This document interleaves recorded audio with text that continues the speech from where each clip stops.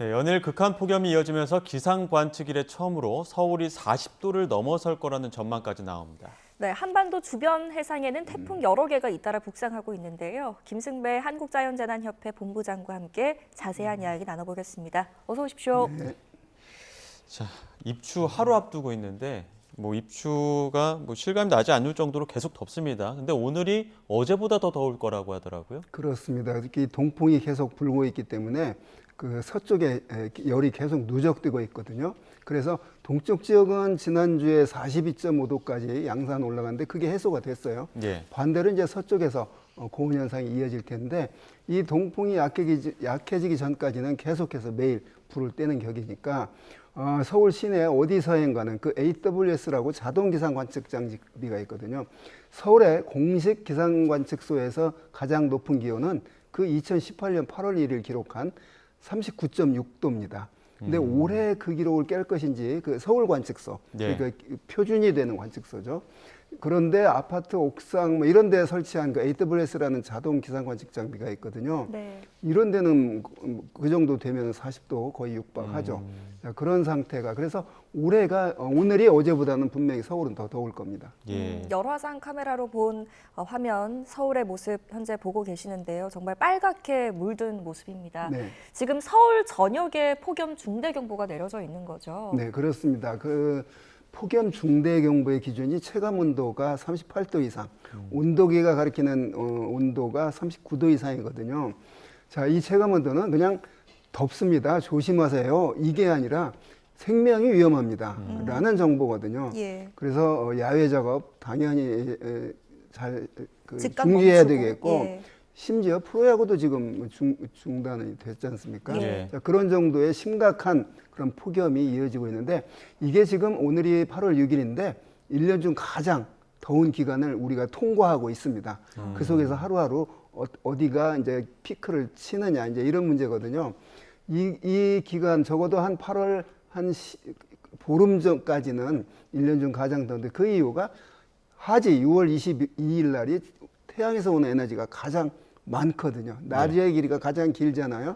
그러니까 그 불땐 그 하지 때 가장 많이 온 에너지가 금방 그 다음 날부터 기온이 높아지는 게 아니라 약 한 달 내지 한 달 반 정도 높아지거든요. 지금 그 기간입니다. 예. 거기에 이제 그 지형적인 영향 등이 더해져서 양산 42.5도 같은 그런 기록이 나오는 거죠. 서울이 39.6도를 깰 것인가가 좀 규추가 주목이 예. 됩니다. 지금 피서조차도 어디 나가기가 무서울 정도인데 다음 주엔 또 광복절 연휴도 있지 않습니까? 네. 광복절 연휴까지도 폭염 계속될까요? 그렇습니다. 기온이 오르고 내리고는 할 겁니다. 그래서 자, 이 폭염이 없어지려면 비가 전국적으로 내려준다거나 그다음에 강한 바람이 분다거나 태풍이죠.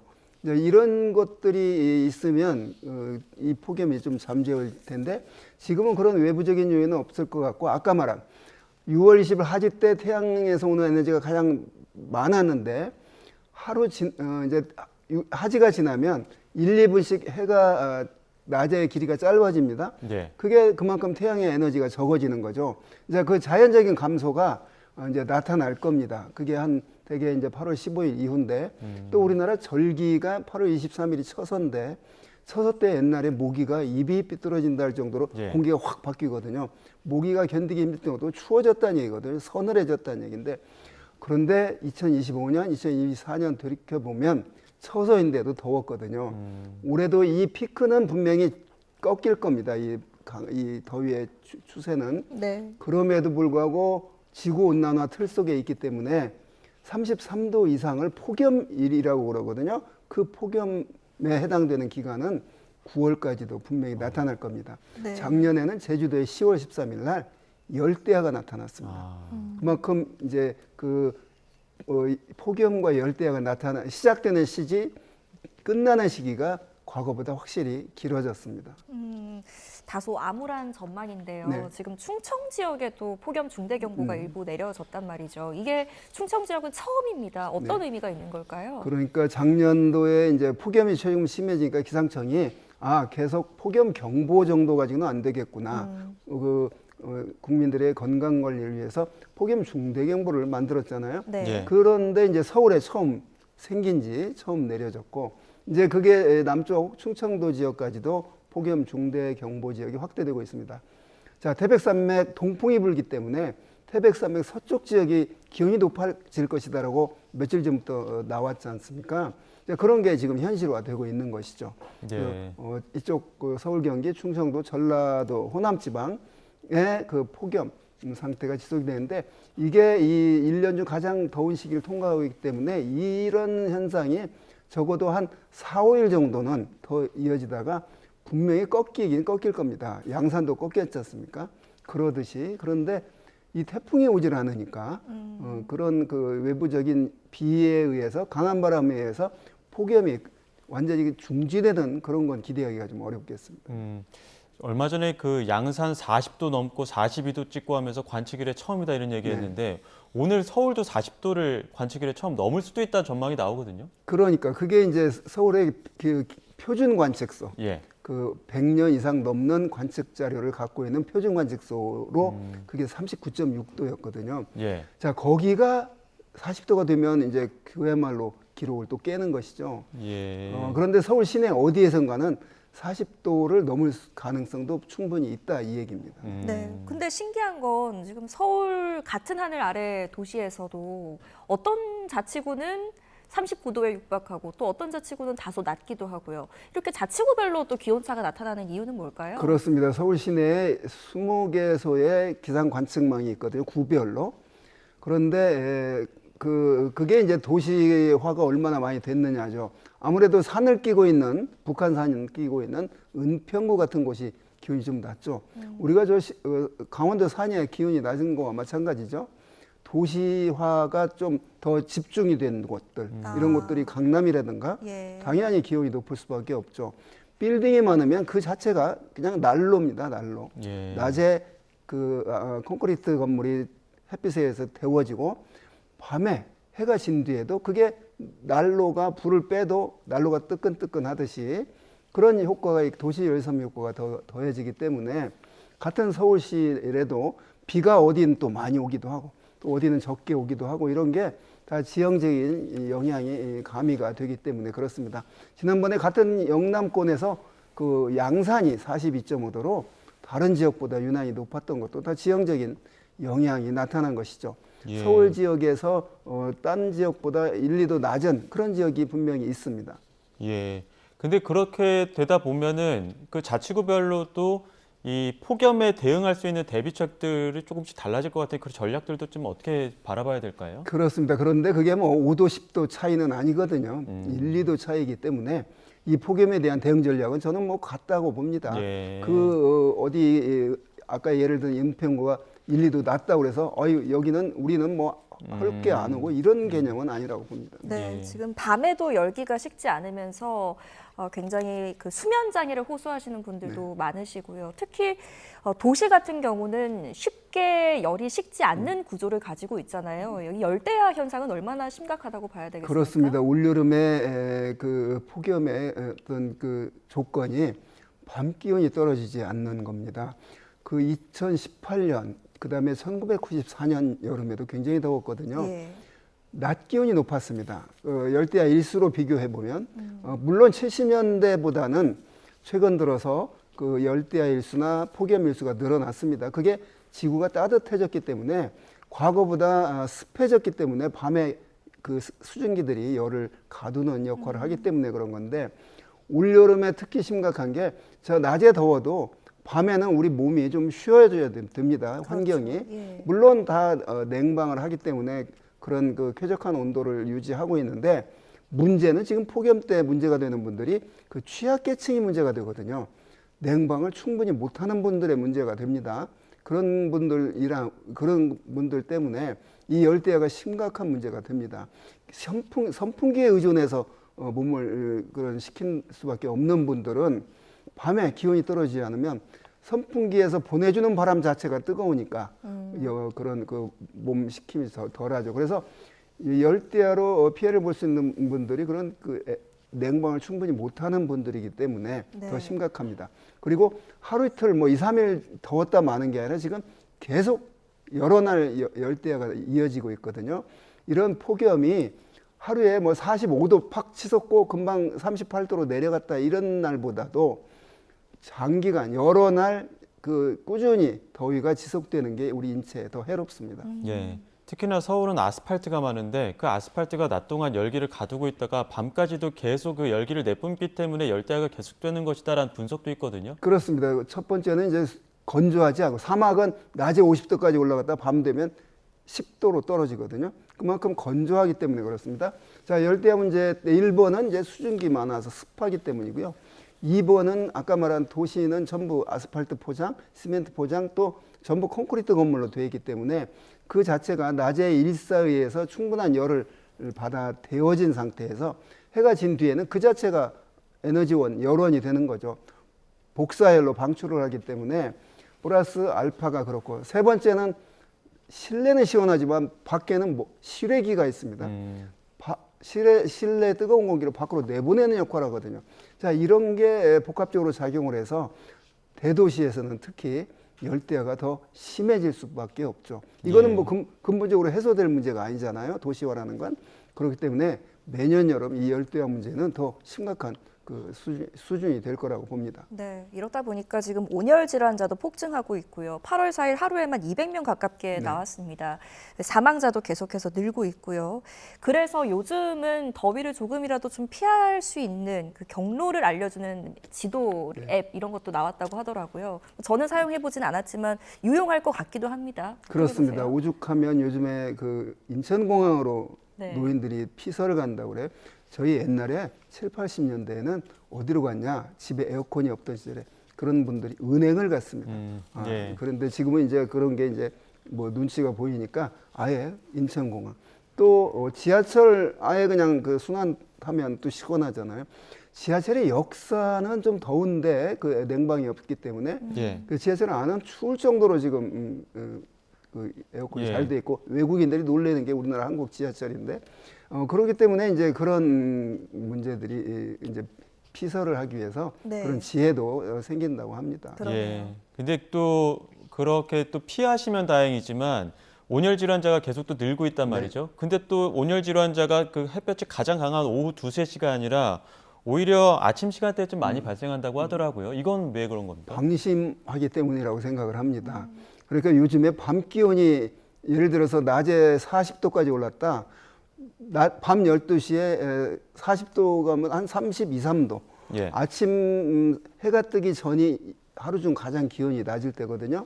그때 통상 25도 이하로 떨어져야 되는데 안 떨어지니까 이제 우리가 열대야라고 하고 그때 한 30도. 하루 중 가장 낮은 기온이 그러면 해만 한 7시경 해가 뜨면 바로 기온이 올라가거든요. 그러면 한 10시, 11시에 34도, 5도? 예. 오늘도 한 뭐 10시, 11시에 34, 5도 기록한 데가 있을 겁니다. 그러면 바로 그 폭염에 노출이 되는 거죠. 그래서 오후에는 더우니까 하면서 단단히 마음가짐도 먹을 텐데 오전에도 그런 온열 질환자가 발생할 수 있는 그런 요즘 기온 변화입니다. 네, 예. 밤낮을 가리지 않는 무더위 때문에 뭐 요즘 같은 날씨에는 열사병뿐만 아니라 화상도 조심해야 된다고 하더라고요. 함부로 주차돼 있던 차에 그냥 타면 안 된다고 하던데 이건 무슨 얘기입니까? 그렇습니다. 그 알루미늄 샤시로 된 문이 야외 문을 손잡이 잡는 순간 저도 깜짝 놀랐거든요. 예. 뜨거워서. 자동차 본네트는 계란을 만약 깨서 넣으면 프라이가 될 정도로 뜨겁습니다. 그래서 이런 폭염에는 이제 그 정부가 할 일이 저는 그 무더위 쉼터 그 인천공항으로 갈 정도로 피서 갈 예. 정도로 그래서 각 지역은 많이 마련을 했습니다. 지금은. 그래서 그런 그 안내 아까 앱까지도 요즘에 나왔는데 정부는 이제 도시의 온도를 낮추는 데 많이 그 정책을 써야 됩니다. 예를 들면 우리가 더우면 옛날에 마당에 물을 뿌렸거든요. 네. 그러면은 그 물이 증발하면서 잡열 형태로 열을 뺏어가기 때문에 기온이 떨어집니다. 자, 그러듯이 뭐 살수차를 가지고 요즘 돌아다니는 대책을 하는데 살수차 자체가 탄소 배출을 하고 있습니다. 이 더운데. 또 자동차 배기가스가 나오면 지상 부근에 오존이 만들어집니다. 강한 자외선과 결합해서. 그렇기 때문에 각 지방도시, 그 다음에 서울 같은 대도시에는 쿨링 로드라고 그래서 물이 자동으로 온도가 감지되면 뿌려지는 그래서 도시의 온도를 낮추는데 예. 각 그 정부는 신경을 써야 된다고 봅니다. 예. 그리고 4호 쓰러진 뒤에 관리하는 게 아니라 쓰러지기 전에 관리하는 그런 취약계층, 노약자들 그런데 정책을 이제 폭염 대책을 하나의 방안으로서 강구를 해야 된다고 생각합니다. 날이 워낙 덥다 보니까 프로야구 전면 중단도 처음 보는 일인데 일단은 어제 오늘은 전면 중단이고 주말까지도 중단될 가능성이 있는 겁니까? 그렇습니다. 그 폭염 중대 경보가 올여름부터 기상청이 시행을 했는데 1시 이전에 예. 폭염 중대 경보가 내려진 지역에 있는 경기장에서는 프로야구가 취소하기로 결정을 했답니다. 예. 그 KBO가 그렇게 결정을 했는데 그다음에 폭염 경기 중에 폭염 중대 경보가 내려진다. 그러면 경기 중이기 때문에 중단할 수 없고 경기위원회가 이제 협의해서 결정한다고 합니다. 폭염 중대 경보가 아닌 폭염 경보 예. 35도 이상 이때는 경기를 1시간 늦춰서 열리는 그런데 뭐 요즘에 30분 늦춘다고 합니다. 자, 이 30분 사이에 과연 얼마나 기온이 떨어질까? 하지만 그만큼 낮에 강한 햇빛으로부터 좀 뒤로 멀어진다는 의미가 되니까 자, 그런 조치들마저도 지금 하는 정도의 그 폭염 수준입니다. 네, 안전이 우선되어야겠습니다. 자, 이런 가운데 지금 서울 도심 곳곳에서는 집회도 이어지고 있단 말이죠. 인파가 많이 모이면 그만큼 또 열기도 더 많이 생성되지 않습니까? 이 집회 현장에서의 그 안전 문제는 어떻게 보세요? 그렇습니다. 그렇다고 그래서 뭐 집회를 더우니까 하지 마세요. 뭐 그것도 한 방법이라고 봅니다. 집회하는 분들이 결국은 길 위에서 하기 때문에 그거를 어떤 그 대비하는 경찰도 덥고 집회를 하는 분도 덥고 아까 프로야구 야구 선수도 경기한 선수도 없고 관객도 덥기 때문에 취소하고 그러기 때문에 같은 논리입니다. 그 집회도 좀 시원할 때 하는 게 방법이지 거기다가 뭐 시원하라고 물을 뿌려줄 수도 없는 문제고 그렇기 때문에 그런 집회자들도 이런 정도의 폭염에는 우선 목숨이 중요합니다. 그래서 그 프로야구 경기 취소하듯 집회도 좀 시원할 때 하는 것도 한 방법이라고 봅니다. 예. 워낙 그 소비자들도 시장보다는 대형마트, 쇼핑몰로 좀 몰리는 추세라고 하다 보니까 시장 상인들은 날도 더운데 손님들까지 증발해서 더 힘들다 이런 하소연까지 나오더라고요. 그렇습니다. 폭염이 여러 가지 경제적 영향을 미치는 부분이라고 생각을 합니다. 시원한 곳을 찾아갈 수밖에 없기 때문에 대형 그 슈퍼마켓을 가는데 그런 것도 하나의 그 경제적인 문제죠. 폭염이 경제에 미치는 영향이라고 생각합니다.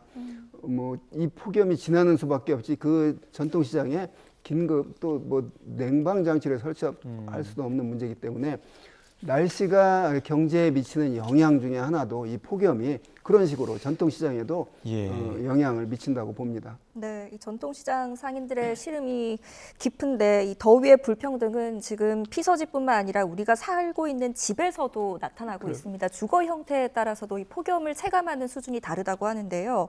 열화상 카메라로 도심을 찍어봤더니 고층 아파트 단지보다 이 저층 빌라 주택가가 훨씬 더 빨갛게 달아올라 있는 모습을 저희가 확인할 수 있었거든요. 이건 왜 그렇습니까? 그럴 수밖에 없죠. 자, 고층 만약 아파트와 저층 주택이 있다면 지면의 그 보도블록이나 아스팔트나 포장이 낮에 강한 일사에서 열을 받으면 그게 아까 말했듯이 에너지원, 열원이 되거든요. 그런데 그게 저녁이 되면 복사열 형태로 방출이 됩니다.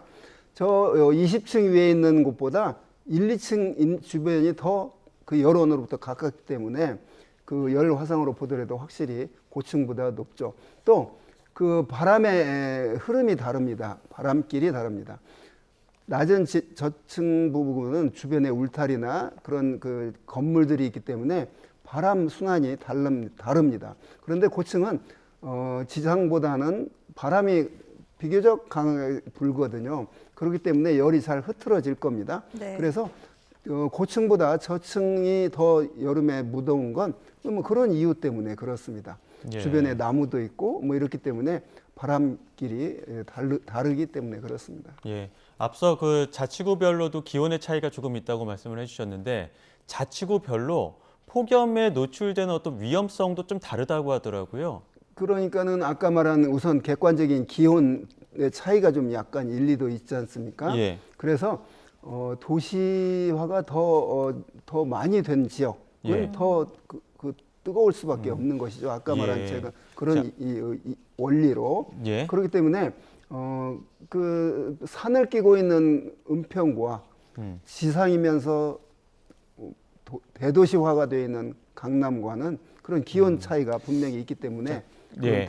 대응하는 전략도 약간의 차이를 둬야 되겠죠. 근데 이제 폭염 그 취약성 지도가 재난안전연구원에서 공개가 됐는데 말씀하신 것처럼 은평구 같은 경우에는 기온이 조금 더 낮지 않습니까? 네. 그런데도 불구하고 폭염 취약성은 조금 더 높다고 합니다. 왜냐하면 이제 쉼터 같은 곳들이 조금 더 이제 멀리 있다 보니까 그런 대비책들이 조금 부족하다. 이런 연구 결과인 것 같은데 이런 부분에 대해서 어떻게 보십니까? 그렇습니다. 아까 말한 자연 상태의 기온은 이제 그런 조건을 갖추고 있는데 그런 거에 대한 대응, 그러니까 취약성은 쉼터의 어떤 그 개수 예. 또는 접근성 뭐 이런 걸 따져서 하는 거기 때문에 이제 그런 그 결과가 나타났다고 보여지는데 뭐 그런 것들이 종합적으로 나타난 결과라고 생각합니다. 네, 뭐 접근성도 그렇고 또 잘 몰라서 이용을 네. 못 하시는 분들도 계시니까 자치구별로 이런 부분들은 사각지대가 없도록 잘 보완을 해야겠습니다. 자, 지금 기상청 통계를 보니까 7월 기후 특성을 발표를 했거든요. 근데 최고치를 경신한 통계가 굉장히 많더라고요. 소개를 좀 해주시죠. 네. 그러니까는 이제 그 강수량 비가 와서 7월이 그 장마 기간이었지 않습니까? 네. 그래서 그 각 지역의 그 1시간 강수량 또는 일 강수량 이런 기록들이 나왔고요. 기온으로 보면 7월 상순까지는 비교적 유럽은 폭염 속에 있는데 우리나라가 비교적 이 더위로부터는 좀 피해 있었거든요. 네. 왜냐하면 북쪽에서 내려온 찬 공기 때문에 그리고 또 비가 오는 기간이었기 때문에 그 장마가 끝난 7월 하순 이후 지금 최근 한 일주일 이내에 우리가 지금 이런 폭염을 겪고 있는 것입니다. 그래서 7월에 기록된 기록들은 주로 강수 기록들이 그 경신된 데가 좀 있습니다. 네. 예. 그리고 또 이 기상 그 관측이나 기상 그 이변들이 지역별로도 좀 양극화되는 경향들이 있는 것 같더라고요. 중부지방은 문폭탄, 남부지방은 폭염과 가뭄. 이것도 어떻게 보면은 좀 기상 이변의 어떤 단면이라고 봐야겠죠. 그렇습니다. 그러니까 이번 장마 기간 중간에 충남 또 경기도는 500에서 700mm 정도 비가 내렸습니다. 1년 내릴 비의 뭐 반 또는 3분의 2가 내린 격이죠. 반면 울산, 울진, 부산 등 이쪽 영남 지방은 20에서 50mm 정도밖에 비가 내리지 않았거든요. 예. 대단히 극심한 양극화 현상을 보였죠. 그쪽은 그래서 이번에 그 장마 끝난 뒤에 42.5도라는 기온이 확 치솟은 것도 대지가 메말란 상태에서 해가 떴기 때문에 그렇습니다. 그래서 이런 그 양극화 현상, 특히 강수량의 양극화 현상, 어느 지역은 500mm가 내리는데 어느 지역은 20mm밖에 내리지 않는 이런 강수 양극화 현상, 기온은 거의 뭐 그 공기 자체 온도 폭염이 나타나는 게 그 전체적으로 비 형태와는 좀 다르기 때문에 어디는 뭐 40도인데 어디는 20도 뭐 이 정도의 그런 그 양극화는 없지만 특히 강수에 있어서의 양극화 현상은 또 그 여름철 강수 패턴 형태에서 두드러지게 나타나고 있는 상황입니다. 네, 이 기온 변화가 우리와 또 먹고 사는 문제와 직결되어 있기 때문에 어떤 새로운 재난 대응 시스템을 마련해야 하지 않을까라는 생각이 듭니다. 지금 태풍 돌핀도 올라오고 있어서요. 현재 어디쯤 있고 또 세력이 어떻습니까? 지금 오늘 6일이면 아마 내일쯤이면 오키나와 지날 겁니다. 아마 여름 맞이해서 오키나와 여행한 분들은 아마 다 대처로 했을 거라고 봅니다. 예. 그래서 이게 그 우리나라 입장에서는 폭염을 잠재우고 남부지방 비를 만회하려면 장마 기간에 부족한 비를 만회하려면 이게 사실은 좀 우리나라 쪽으로 와줘야 됩니다. 태풍을 기다리는 건 모순이지만 그런데 워낙 강한 폭염을 해결할 수 있는 건 이 태풍밖에 없다고 봅니다.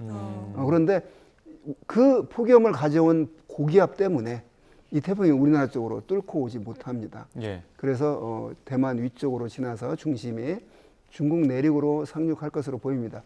자, 저기까지는 전 세계 수치예보 모델이 거의 다 똑같이 비슷하게 예측을 하는데 뭐 그 시간의 차이가 있지 언제 중국에 상륙할 것이냐가 몇 시간 차이가 있을 뿐이지. 그런데 상륙한 이후 약간의 그 차이가 있습니다.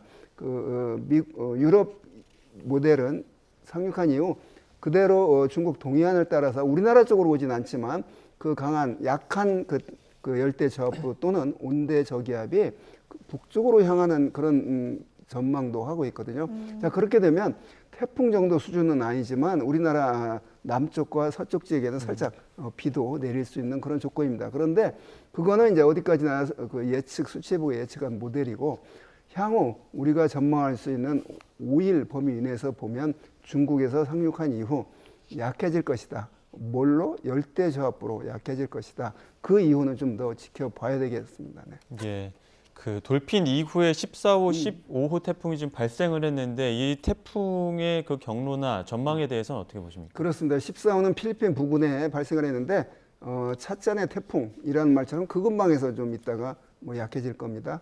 15호가 어제 오후에 생겼는데 이게 또 우리나라부터 매우 멀리 있고 또 지금 진행 방향을 보면은 저 일본 북쪽으로 향하고 있거든요. 그래서 어찌 됐건 이 우리나라를 덮고 있는 이 고기압이 해소가 되지 않는 상태에서 태풍이 아무리 많이 발생해도 우리나라로 접근하기는 어렵습니다. 그래서 이 돌핀이 북태평양 고기압을 밑으로 지나가면서 아래에서 들이받는 식으로 고기압을 또 15호 태풍이 저 뒤에서 들이받는 식으로 저 예상실로 보면 저게 그 앞에가 다 북태평양 고기압, 우리나라의 폭염을 가지고 있는 북태평양 고기압이 덮고 있는 상태거든요. 네. 뒤에서 들이받고 13호 태풍 돌핀이 밑에 들이받으면 저 분명히 북태평양 고기압에 변화가 생길 거라고 저는 봅니다.